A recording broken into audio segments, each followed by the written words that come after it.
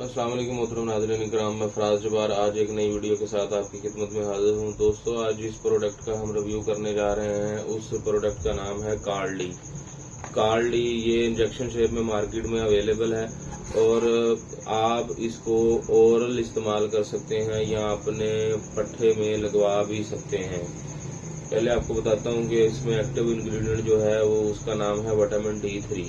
आप इसको दूध में डालकर ओरल या पानी में डालकर या जूस में डालकर इसको इस्तेमाल कर सकते हैं। ये पीने के काम आता है। और या इसको पट्टे में लगाने से ये ऑयल बेस होता है, तो इस वजह से ये दर्द बहुत ज़्यादा करता है, तो हल होने में टाइम लगता है इसको। तो इस वजह से आप इसको ओरल इस्तेमाल कर लें तो इसके बहुत से फ़ायदे हैं। आज हम आपको कार्ली के हवाले से बताएंगे कि आप इसको इस्तेमाल का तरीकाकार क्या है, इसके साइड इफ़ेक्ट और आप इसको किन अमराज में इस्तेमाल कर सकते हैं।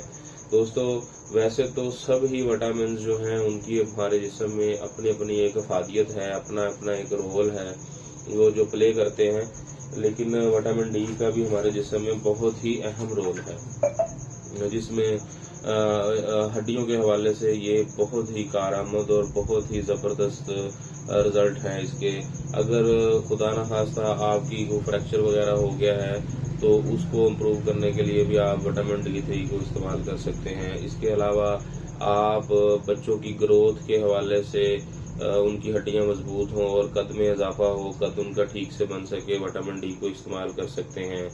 आप हड्डियां अगर बुरबरी हो गई हैं या हड्डियां टेढ़ी होना शुरू हो गई हैं, हड्डियों में आपके मुसलसल दर्द रह रहा है, तो आप इसको इस्तेमाल कर सकते हैं। इसके अलावा बुजुर्ग हजरात में जब जो है 40 या 50 से ऊपर जाते हैं तो हड्डियों की वीकनेस शुरू हो जाती है, जिसकी वजह से हल्की सी को चोट ठोकर लगती है तो उसमें हड्डी का फ्रैक्चर वगैरह हो जाता है। ये फ्रैक्चर होने की जो तादाद है उसको भी कम करता है, मतलब कि हड्डियों को मजबूत जब होंगी तो वो आसानी से टूटेंगी नहीं। तो इसके अलावा दोस्तों, जा रहे हैं तो आपको कोई ठोकर लग गई है जिसकी वजह से आपकी हड्डी में दर्द होना शुरू हो गया है, इसके लिए भी आप इसको इस्तेमाल कर सकते हैं। इसके अलावा आप इसके कमर में दर्द है आपके तो आप इसको इस्तेमाल कर सकते हैं। विटामिन डी की कमी की वजह से आप चिड़चिड़ापन भी हो सकता है, आप उसमें भी चिड़चिड़ापन को दूर करने के लिए भी इसको इस्तेमाल कर सकते हैं। ज़हनी तनाव को कम करने के लिए, खिंचाव को कम करने के लिए आप इसको इस्तेमाल कर सकते हैं। पट्ठों के खिंचाव को कम करने के लिए भी आप इसको इस्तेमाल कर सकते हैं। दोस्तों, वैसे तो इसके जो हैं वो बहुत ज़्यादा हैं, तो मैंने आप माइनर से आपको बताए हैं कि हम इनको किन किन कंडीशन में इस्तेमाल कर सकते हैं। दोस्तों, बच्चे हैं उनके हड्डियां टेढ़ा होना शुरू हो जाती हैं, नरम होती हैं, आप उसमें भी इसको इस्तेमाल कर सकते हैं कि हड्डियां उनकी टेढ़ी ना हो, मजबूत हो जाएं, जिसमें खसूस उनकी टांगों की हड्डियां जो टेढ़ेपन का शिकार हो जाती हैं।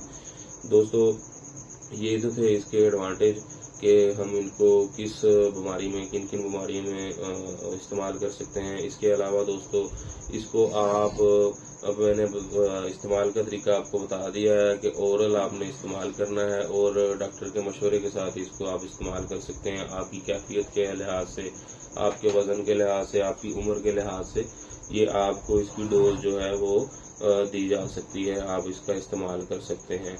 इसके जो साइड इफ़ेक्ट हैं उसमें मतली वगैरह, कै का आना और घबराहट वगैरह होना या इसके एलर्जिक रिएक्शन शामिल हैं। अगर विटामिन D3 से आपको एलर्जी हो जाती है तो आप फिर इसको कभी भी इस्तेमाल नहीं कर सकते। तो आज हमने आपको कार्ली के हवाले से पूरी इन्फॉर्मेशन दी कि आप इसको कैसे इस्तेमाल कर सकते हैं, इसके एडवांटेज क्या हैं और डिसएडवांटेज क्या हैं।